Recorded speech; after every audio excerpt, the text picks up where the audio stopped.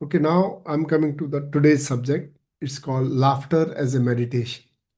How to conduct laughter meditation. First, let's understand what is meditation. Define meditation. Meditation can be defined as effortless flow of awareness towards the object on which you are meditating. Normally, the nature of mind is very dynamic. It's called monkey mind. It keeps on jumping from one place to another, never stays focused. And that's why we are not able to get maximum out of anything what we do because our mind is distracted, too much scattered. And meditation is a way to train your mind to stay focused. And it is through the practice of meditation. Now, there are two things you must understand. One is meditation, and second is mindfulness. What is the difference? They sound similar, but there is a difference. So meditation is the training of the mind, which you do it when you sit for meditation and make your mind focused. And once your mind learns to stay focused, what you will see all throughout the day, you will be totally present in what you are doing. So art of being 100% with what you are doing is called mindfulness. Means meditation is what you do in the morning. The outcome of meditation is what you experience throughout the day. You will be more present. We always tell people, be in the present moment. How to be in the present moment? You have to train this monkey mind. So this is the basic difference between meditation and mindfulness. Mindfulness is an outcome of meditation. This is exactly, we cannot keep doing meditation for all throughout the day, but we can practice mindfulness. So this is through the practice of, if you practice silence meditation in the morning, and then you will notice that something magical will happen. Now, next question is why people fail to meditate? Why everybody cannot sit and meditate and get all those beautiful benefits of meditation? Reason number one, people don't understand what is meditation. For them, meditation is only quiet meditation. Sit quiet, close your eyes, and try to focus your mind. Moment you sit in meditation, your mind is running more. You get more thoughts when you're sitting quiet. It's the other way around. So for that reason, I need to tell you that there are two types of meditation. One is still meditation, and another is dynamic meditation. What is the difference? Dynamic meditation is when you focus on any activity that and be 100% with that activity becomes a meditation. For example, dancing. When you're totally absorbed in dancing, in music, when you're playing music, 100% in the music, dynamic meditation. Look at children eating ice cream. They are totally into the ice cream meditation. They forget the whole world. Remember when you talk to your boyfriend and girlfriend when you're freshly in love with someone, how many hours you talk on the phone? You don't know what you're talking, and you go on and on and on because you're doing something you love. So this is something with the dynamic meditation is any activity actually can become a dynamic meditation provided you enjoy that activity.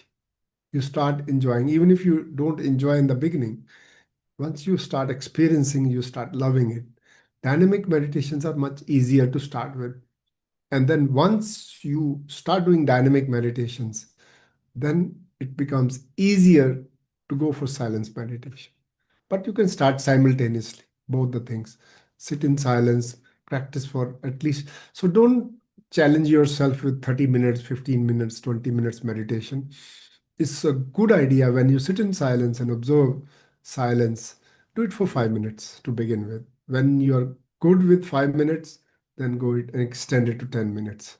But dynamic meditations are easy. Join laughter yoga. It's so easy. Start teaching laughter yoga. One of the things children like is the play. eating and play. I remember from my childhood, I love eating. So I was always looking forward to eat different stuff. And second thing, as a child, I love is playing, playing, playing, playing. And when I was playing, I forget the whole world. Play is a meditation. So what is laughter yoga? Mhm. Play. It's a kind of a play. So it's like we are getting to kindergarten again.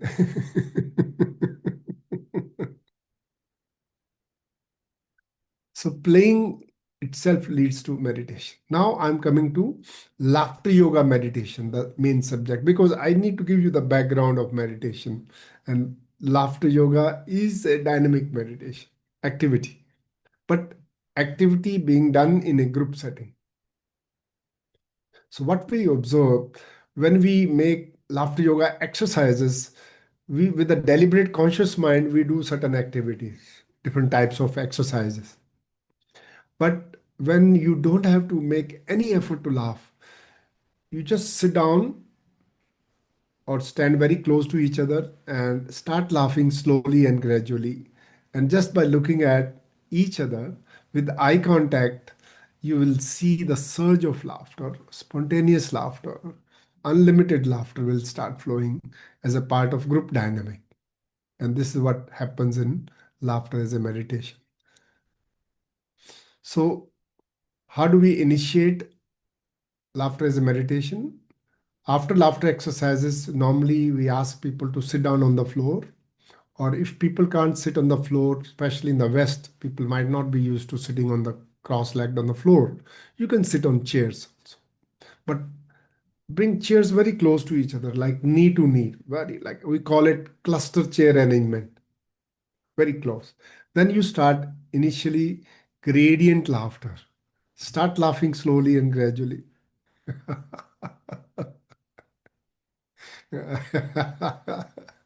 So, one instruction before you initiate laughter meditation, tell everybody no talking, no interaction, no funny faces. Don't do anything to stimulate people. Let it be a pure laughter coming out of you, flowing like a fountain. So, people must get this instruction no talking, no distractions, no funny faces, no passes, nothing. Just pure laughter. And start with gradient laughter.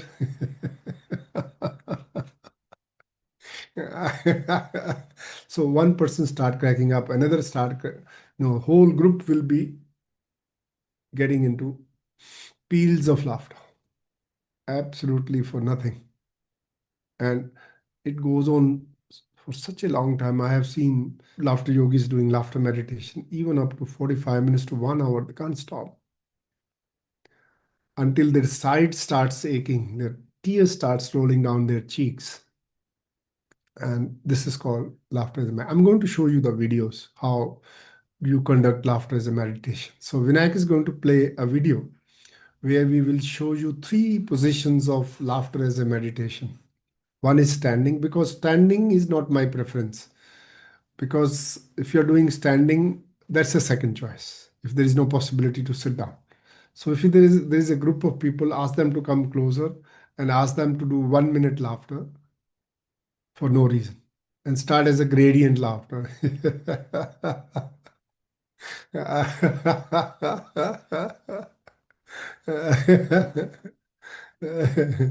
And you will see people will go on and on. Sometimes it goes on for 5 minutes, 3 minutes. Doesn't matter, whatever duration. Then you can take a break of breathing, few breathing inside, and then start again the second round of gradient laughter.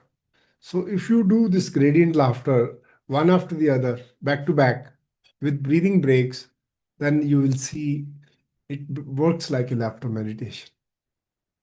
The second position you will see in the videos would be seated on the chairs. As I told you, when you are closer to each other, it works much better. So we always ask people to bring the chairs as close as possible. And the third position you will see the video is lying down on the floor. So that's something people really roll on the floor laughing. So I can't give you description. Better you see this video.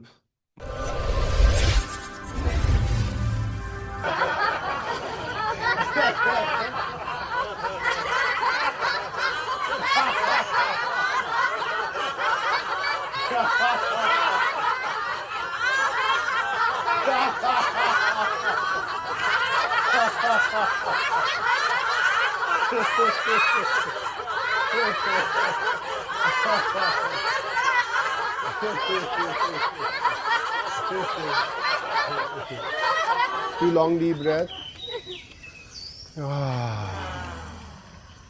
One more time. Keep on breathing. Relax. Breathe in. Second round. Ready? Go.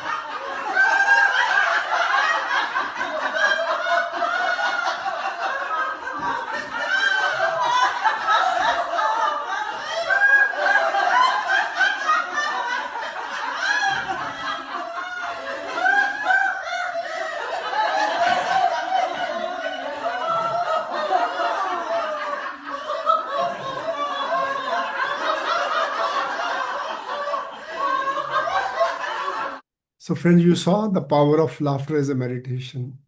Unstoppable laughter. Unstoppable laughter. Two more things I want to tell you about laughter meditation. How long you should do this laughter meditation. There's no hard and fast rule how long it should be. So once you initiate the process, let it go. And whenever you see that laughter is dying down, then you start asking people to take a few long deep breaths and observe silence for a minute. So again, reinitiate the process of gradient laughter.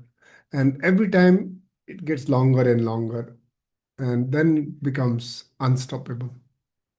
Average duration is 10 to 15 minutes is a good unstoppable laughter. I mean, if you like, you can go on for 30 minutes also, but 10 to 15 minutes of laughter as a meditation is good enough. Second, laughter as a meditation is very deep and cathartic practice.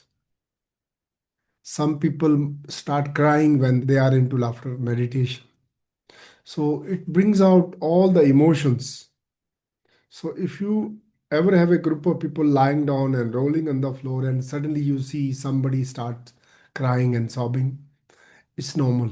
Nothing to get upset about it. Don't worry about if somebody starts crying.